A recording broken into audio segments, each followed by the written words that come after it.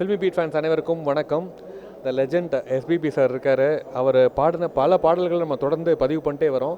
இன்றைக்கி பர்டிகுலராக அவருடைய அந்த கடைசி பாட்டு அப்படிங்கிற விஷயத்தை பற்றி பேசிகிட்டு இருக்கோம். எப்படி சார் இருக்குது இதை நினச்சி பார்க்கும்போது எஸ்பிபி சாரை பற்றி, அதுவும் அவருடைய கடைசி பாட்டு இறுதி மூச்சு வரைக்கும் அவர் நிறைய நல்ல நல்ல விஷயங்கள்லாம் பாடியிருக்காரு. இதை எப்படி பார்க்குறீங்க? எனக்கு கடைசி பாட்டுன்னு சொல்கிறதுக்கு மனசு வரல. ஏன்னா எப்போவுமே இன்னும் நம்மளோட இருக்க மாட்டாரா, இன்னும் நிறைய பாடல்கள் பாட மாட்டாருன்னா அந்த ஒரு வருத்தம் தான். ஸோ அதனால் கடைசி பாட்டுன்னு சொல்லும்போது எங்களுக்கு ரொம்ப ஒரு கஷ்டமாக இருக்குது. இருந்தாலும் that is the reality. So but ரொம்ப மிஸ் பண்ணுறோம். இந்த ஆல்பம் ரொம்ப அழகாக வந்திருக்கு. ஏன்னா அவர் நிறைய பாடல்கள் பாடியிருக்காரு. இது ஒரு 30 minutes சாங், அது விஸ்வரூப தரிசனம்ன்ட்டு. ஸோ கடவுளோட ஒரு விஸ்வரூபம் இந்த பாட்டு மூலமாக பார்க்குறோம்.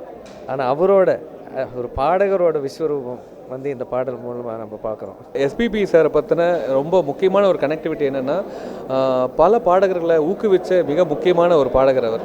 உங்ககிட்டையும் நிறைய விஷயங்கள் ஷேர் பண்ணியிருப்பார்ல. எஸ்பிபி சார் உங்ககிட்ட ஷேர் பண்ண மிக பொக்கிஷமான ஒரு விஷயமா நீங்கள் என்ன நினைக்கிறீங்க? என் லைஃப்பில் எஸ்பிபி சார் கூட இந்த மொமெண்ட்டை மறக்க முடியாதுன்னு எதை சொல்லுங்கள்? அது அவரோட டெடிகேஷன். நிறைய விஷயங்கள் இப்போது முன்னாடியெல்லாம் ரெக்கார்டிங் போகும்போது நிறைய சாங்ஸ் பாடி அவங்க லிரிக்ஸ் கொடுப்பாங்க. நம்ம அதை வச்சு பண்ணி பாடிட்டு அந்த லிரிக்ஸ் பேப்பர் அங்கேயே வச்சுட்டு வந்துடுவேன்.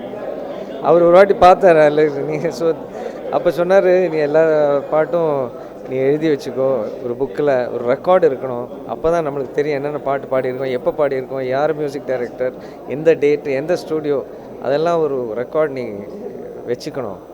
அப்புறம்லேருந்து I started doing that. That is பெரிய ஒரு லெசன்.